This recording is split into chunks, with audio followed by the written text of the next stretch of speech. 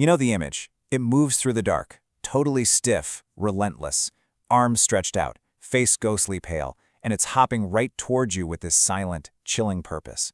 This is the Jiangshi, the Chinese hopping vampire. It's an absolute icon of horror, but the real story behind this terrifying figure? Well, it's way stranger, and honestly more heartbreaking than any movie could ever capture. Let's peel back the layers on this one. But first, let's do a little thought experiment. Picture it. You're all alone on some deserted path, late at night. The only thing you can hear is your own breathing. What do? Do you push forward or do you turn back immediately? Go ahead and vote in the poll. Your answer, well, it just might change by the end of this. All right, so for most of us, our entire picture of the Jiangshi comes from the golden age of Hong Kong cinema. This is the monster we think we know, the one that literally hops its way into our nightmares.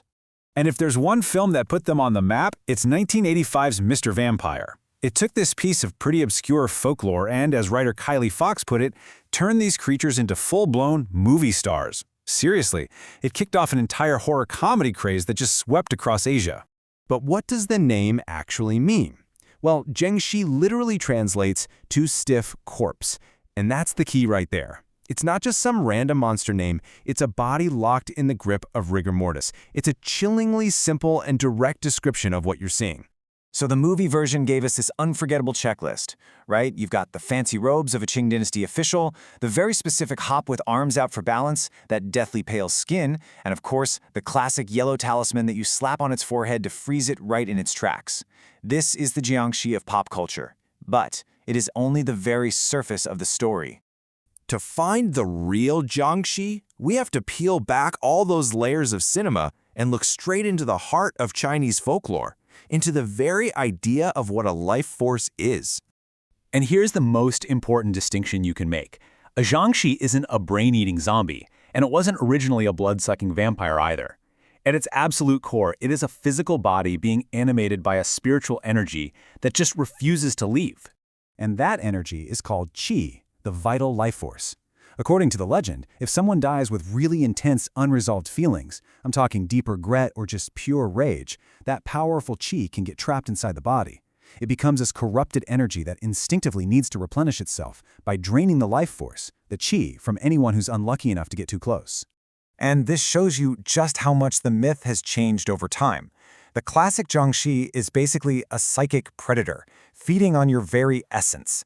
The whole blood-sucking thing that we see in the movies, that was a much later addition, kind of a mashup of Eastern folklore and the huge influence of Western movies like Dracula. Okay, so this is where the story takes a really strange turn. To find where the hopping comes from, we have to go back in time to the Qing dynasty. I want you to picture a lonely road, miles from any city, under a pitch-black sky. Something very strange is moving in the dark. Now, to understand what's about to happen, you need to get this really deep cultural belief. A fallen leaf returns to its roots. What that means is that being buried in your ancestral homeland was absolutely essential for your soul to find peace. So for the thousands of people who had to work far from home and died there, this was a huge spiritual problem. So imagine you're a farmer living near one of these remote roads. Late at night, you hear a bell ringing. This isn't a call to prayer, it's a warning.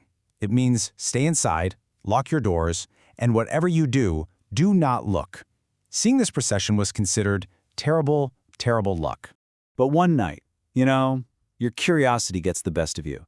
You peek through a little crack in the door, and you see it. A single file line of figures in burial robes, just hopping, bouncing, in this perfect, eerie unison, all being led by a lone Taoist priest. What in the world are you actually looking at? What you were seeing wasn't an army of the undead. It was something far more practical, and in its own way, maybe even stranger. This was the secret of the corpse drivers. The myth of these self-propelled hopping corpses was actually an illusion, one born from a real-life solution to a heartbreaking problem. How do you get your loved ones home for burial when you can't possibly afford a cart or a coffin for that long, long journey? Here's how they did it. It's actually kind of genius. The corpses, which were stiff with rigor mortis, were lined up. Then they'd slide these long, flexible bamboo poles under their arms. After that, two men, one in the front, one in the back, would lift the poles onto their shoulders and just start walking. As they walked, the natural spring of the bamboo created this bouncing motion, and from a distance in the dark, It looked exactly like a line of corpses hopping all on their own. These men were called corpse drivers, and they were often Taoist priests who would perform rituals along the way, ringing bells to warn people off and to help guide the spirit of the deceased. They were performing a very serious, very necessary service, born out of poverty and this deep cultural need to honor the dead. You know, this connection between death and grief and stories of the undead is pretty universal. I'm really curious, what's the version of this story where you're from? Go ahead and share your local legends in the comments. It's always fascinating to see how these tales connect all over the world.